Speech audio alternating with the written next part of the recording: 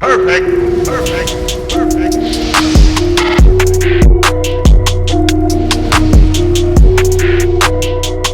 We're going about our day. It's been, a very normal Friday. And then, boom, out of nowhere, the news striking us like lightning.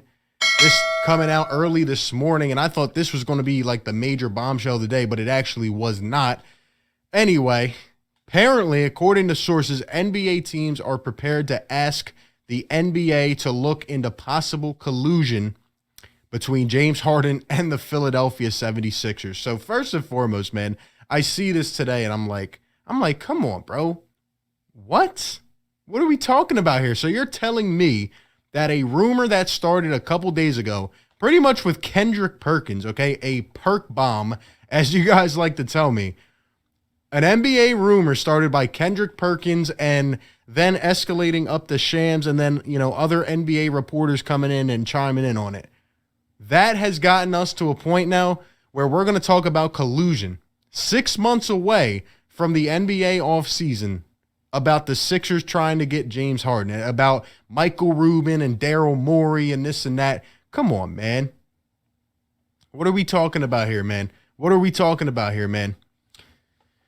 So anyway, I start thinking about this, and then, obviously I've been saying, I don't think the James Harden thing is legit. I never said I don't think it can happen later on in the offseason. I just said I don't think it's likely because there's a lot of different things that need to happen just for that to get put into place, right? And I feel like it would be very difficult given the contract situation, given the roster situation, and then just given everything in general.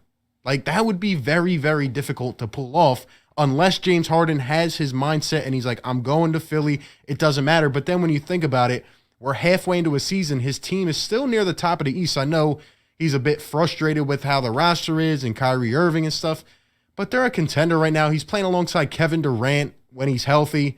So, I don't know. I just didn't buy into it. But now the fact that they're even bringing up the idea of collusion, which if you don't know is pretty much like an easier way of saying tampering, pretty much talking behind the scenes and agreeing to different things and, all that types of stuff before it even happens. So if you remember back last off season, Kyle Lowry, Lonzo Ball, they got hit with the tampering thing.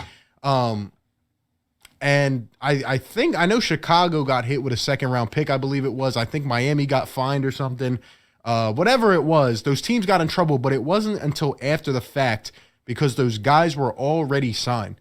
And now in the Philadelphia 76ers case, right, we're talking about 5-6 months away from this. And now this honestly could hurt the Sixers if they were indeed trying to go get James Harden because, number one, all these other teams who could be in the mix for a trade deadline swap, right, for 2-5, they're probably sitting here thinking oh, well, they don't care about us. They're not going to trade, and they could back out. And then in addition to that, if the Sixers do indeed want James Harden, now the NBA is going to be on high alert. They're going to be on notice. So I don't know. I just thought it was weird that this entire thing came up right now. And I don't know. Maybe it continues to build traction. But anyway, getting to the major bomb of the day, Adrian Wojnarowski puts this out.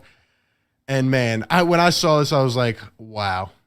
According to Adrian Wojnarowski, ESPN sources, the Sacramento Kings, one of the most aggressive teams in the market and once an eager suitor for Philadelphia's 2-5, have ended pursuit of a deal with the Sixers and turned elsewhere in trade talks. Story soon. And then in addition, Woj follows that up by saying inside of 2 weeks until the February 10th deadline, which is now 13 days, by the way, if you're counting like I am, the Kings believe the asking price for 2-5 is too steep and that a pathway to reaching an agreement with the Sixers does not exist, sources said. Now, I know everybody's minds are going to go different ways here. I get it. And my first thought and reaction to that is, dang.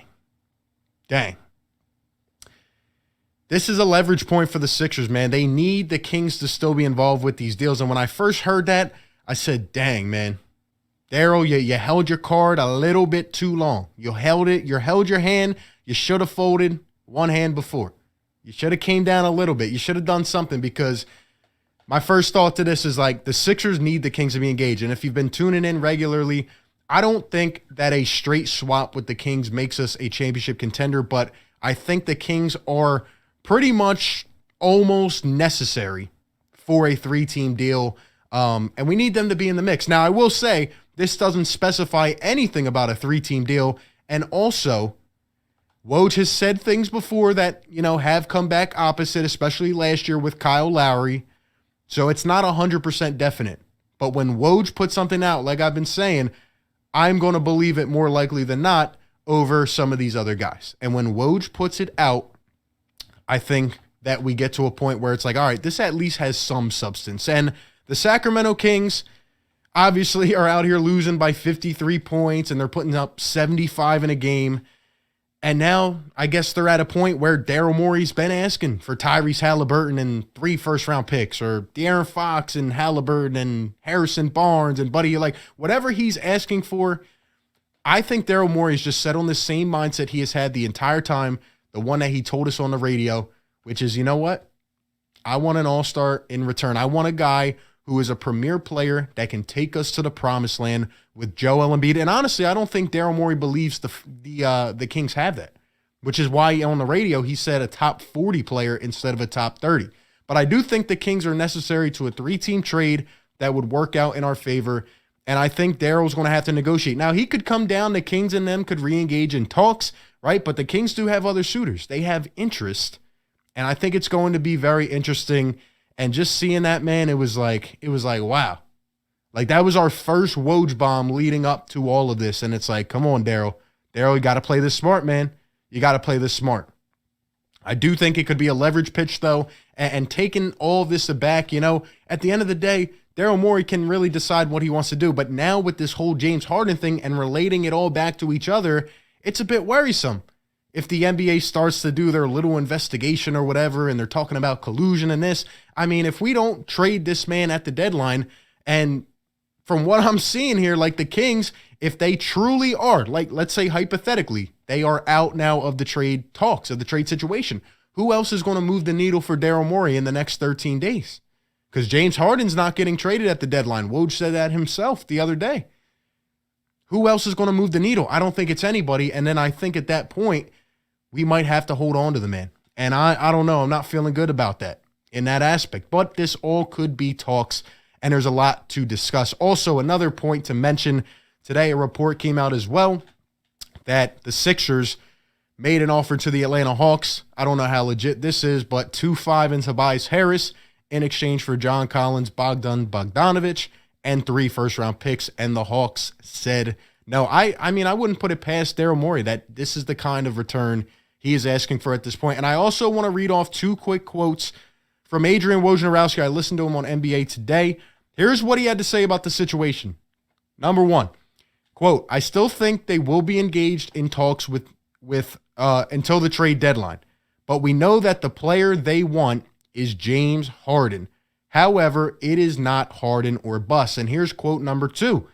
He says there are teams still interested. He said there was a boatload of teams. Atlanta, Minnesota, quote, "They have the support internally," talking about Philadelphia. "They have the support internally who understands that if they don't bring back a package that allows them to compete for a championship, it does not make sense to make a move." He talked about Joel Embiid. He talked about ownership. And I'm getting worried at this point that we may not make a move until the offseason. But again, trying to go for James Harden, that's still a risky thing. Like, there is a lot that has to follow in line for that to happen.